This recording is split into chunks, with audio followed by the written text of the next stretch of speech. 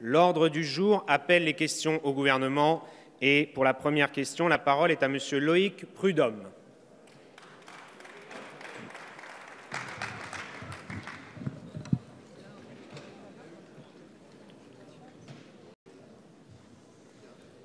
Monsieur le ministre de l'Agriculture, nous sommes aujourd'hui le 2 août, jour du dépassement.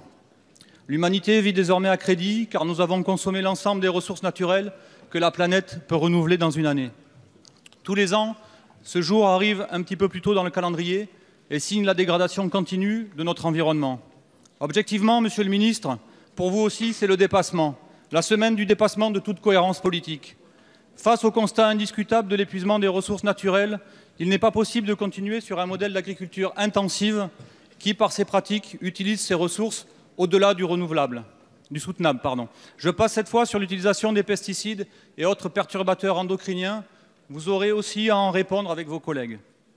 Alors que l'alternative de la production biologique est en plein essor, plus 16% des surfaces en 2016, et avec une demande qui n'est pas pourvue faute de producteurs en nombre suffisant, vous annonciez jeudi dernier, un jeudi noir de plus, qu'il n'y aurait pas de moyens suffisants affectés pour les aides à l'agriculture biologique dans les 3 prochaines années.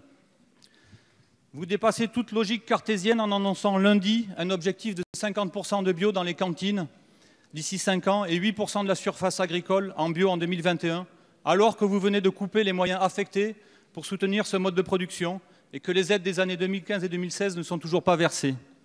Monsieur le ministre, vous prétendez être les pragmatiques, nous serions les rêveurs. Mais dans les faits, vos déclarations sont des illusions. Pouvez-vous me dire concrètement comment vous allez éviter que les milliers de paysans bio en conversion ne reviennent pas à l'agriculture conventionnelle? Pouvez-vous répondre aux 34 organisations qui vous interpellent sur cette erreur historique, parallèlement au lancement des assises des États généraux de l'alimentation?